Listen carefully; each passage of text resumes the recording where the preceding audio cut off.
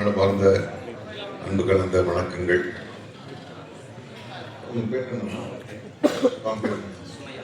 சுமையா இந்த 40 வருஷமா ஒரு நடிகனா இருந்ததுக்கு இப்போ ஒரு பெரிய சேலஞ்சை வச்சிருக்காங்க. அவங்க நவரசங்களையும் மூஞ்சிலாம் காமிக்காம நினைச்சேன், விரல் நுண்ணியில வச்சிருக்காரு அப்படின்னாங்க. I'll take this challenge. I'll try to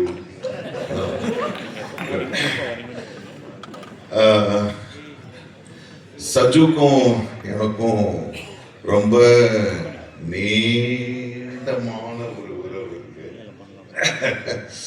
Hari கூட அவர் அசிஸ்டண்டா ஒர்க் பண்ணும்போது சில நிகழ்ச்சிகள் அவருடைய நண்பர்களுக்குள்ள பகிர்ந்துட்டு நினைக்கிறேன். அது மைக்ல சொல்ல முடியாது. ஓகே, சொல்லலாம், அவ்வளோ தப்பான விஷயம் இல்லை. ரொம்ப கடுமையான உழைப்பாளி. ஹரிக்கு இணையான ஒரு ஃபாஸ்ட் ஏடி. அவருக்கு இந்த படம் கிடைச்சதுல எனக்கு சந்தோஷம். அவர் எனக்கு ஃபோன் பண்ணி, சார் சஜு பேசுகிறேன். சஜுவா சார்? நான் தான் சார். அந்த இன்சிடென்ட் ஞாபகப்படுத்தினாரு. ஓ சரி சரி ஓகே. என்னடா அப்படின்னா, எனக்கு சார் மாதிரி என்னுடைய ஆடியோ ரிலீஸ் இருக்குது. ஐயோ நான் வர முடியாதா, இன்னைக்கு எனக்கு ஒரு டப்பிங் இருக்குது. உண்மையாக இன்னைக்கு ஒரு தெலுங்கு படம் நான் டப் பண்ண வேண்டியது, அது அடுத்த வாரம் ரிலீஸ். சரி நான் வரலன்னா, சரி sir please plus me sir அப்படின்னு விட்டாரு. அப்புறமா கூகுள் வந்து யாருக்கு ஃபோன் பண்ண, எங்கே ஃபோன் பண்ணுமோ அங்கே ஃபோன் பண்ணாரு. ஃபோன் பண்ணி உடனே எங்க நீங்கள் எல்எம்எம் படம் இது 12th இருக்கு, நீங்கள் காலையில் அங்கே போயிடுங்க. நான் சொன்னேன், என்னக்கு டப்பிங் இருக்கு, நான் எப்படி அதுக்கு போக முடியும்? எல்எம்எம் முரளி சார்க்காக யார்கிட்ட நான் தானே பேசணும், நான் தானே அவங்க மேனேஜரு, நான் பேசி மாற்றி வைக்கிறேன், நீங்கள் போயிட்டு வாங்கன்னு அவங்க தான் அனுப்பிச்சு வச்சாங்க. With all the blessing Gokul. ஏன்னா எல்எம்எம் முரளி சார் கூட பழகிறவங்க எல்லாருமே அவருக்கு தேவைப்படும் போது எல்லாத்தையும் விட்டுட்டு அவர் பக்கத்தில் நிற்பாங்க. இது வந்து நான் மிகைப்படுத்துற இதுவே கிடையாது. அவ்வளோ ஒரு நல்ல மனசு, அவ்வளோ ஒரு பாசிட்டிவ் எனர்ஜி. எதையுமே ஒரு தோல்வியாவோ ஒரு ஒரு இதுவாக எப்போ பார்த்தாலும் சிரிச்சுக்கிட்டு தான் பேசுவார்.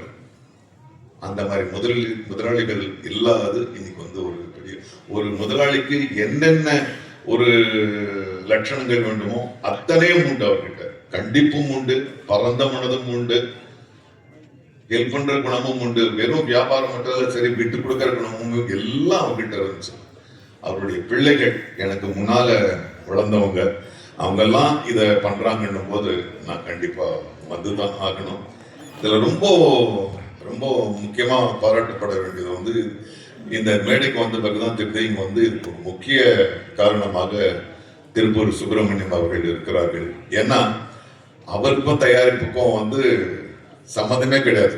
சைனா இந்தியா மாதிரி அது இண்டஸ்ட்ரி ஃபுல்லா தெரியும்.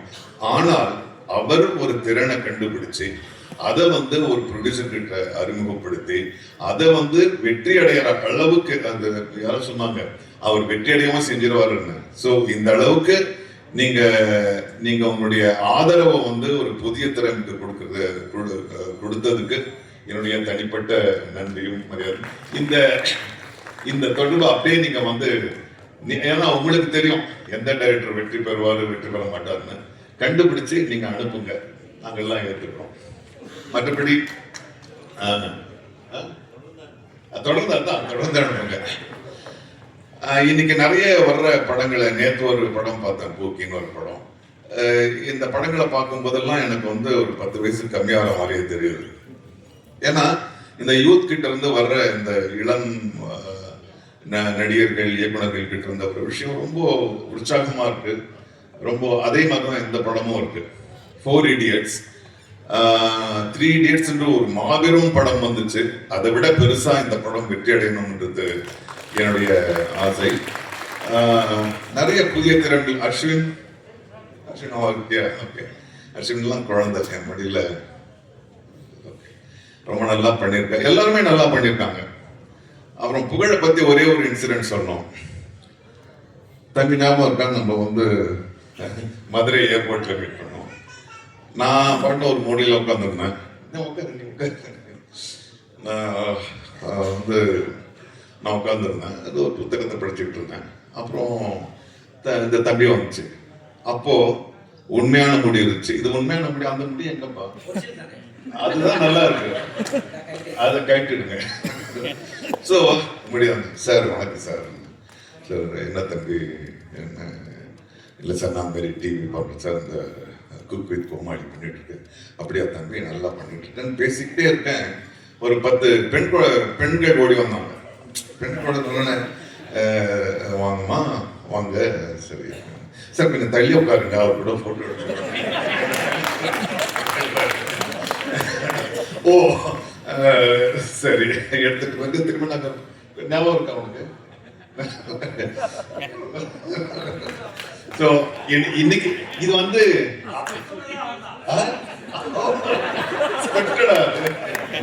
ஸோ எனக்கு ரொம்ப மகிழ்ச்சி. அப்போ வந்து அவர் அந்த ஷோ மட்டும் தான் பண்ணிட்டு இருந்தாரு. இன்னைக்கு வந்து எல்லாருக்கும் தெரியக்கூடிய ஒரு கதாநாயகராக வந்ததுல எனக்கு ரொம்ப மகிழ்ச்சி. இந்த மாதிரி திறன்கள், புது புது திறன்கள் வரணும். இங்க பாசிட்டிவா சொல்லப்பட்ட எல்லா விஷயங்களுமே மரபு சார்ந்ததா, சும்மா ஒரு மரபுக்காக பேசுவோம் அப்படிலாம் கிடையாது. இங்க பேசினவங்க எல்லாருமே மனசார இந்த படம் வெற்றி அடையணும், இந்த நிறுவனம் வந்து தொடர்ந்து படம் பண்ணணும்னு வாழ்த்துனாங்க. ஸோ அந்த வாழ்த்துக்கள் நிஜமாகும். நீங்க எங்களுக்கெல்லாம் வந்து அப்பா மாதிரியே நல்ல முதலாளிகளாக இருப்பீங்கன்னு நினைக்கிறேன், நம்புறேன். So I wish you all the best. Thank you. அப்புறம் ரவி மரியா இயக்குனராக பேசுறதா, நான் நடிகராக தான் பேசுவேன். ஏன்னா ரவி மரியாவை எனக்கு பிடிக்கும். அது யாருக்குமே இல்லாத ஒரு தனி ஒரு ரிதம் அவருடைய பாடியில. நான் அவருடைய படங்கள் எல்லாமே கவனிச்சுக்கிட்டு வந்துட்டு இருக்கேன்.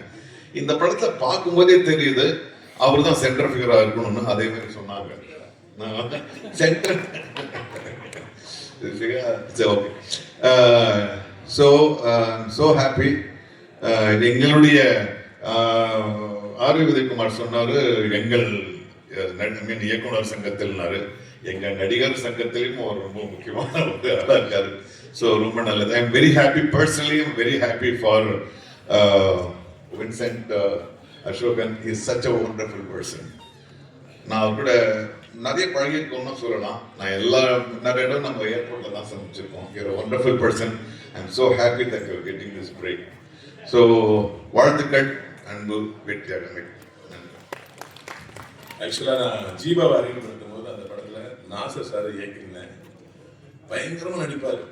இவர் மாதிரி நம்ம ஏன் நடிகராக முடியாதுன்னு ஒரு பெரிய வித்தை எனக்கு உருவாக்குனதே சார் தான். நீ நடிகர் சங்க தலைவராக இருந்து அவருடைய வாயால் கூறுவதை நான் மிக மகிழ்ச்சியாகவும் பெருமை நினைக்கிறேன். நன்றி.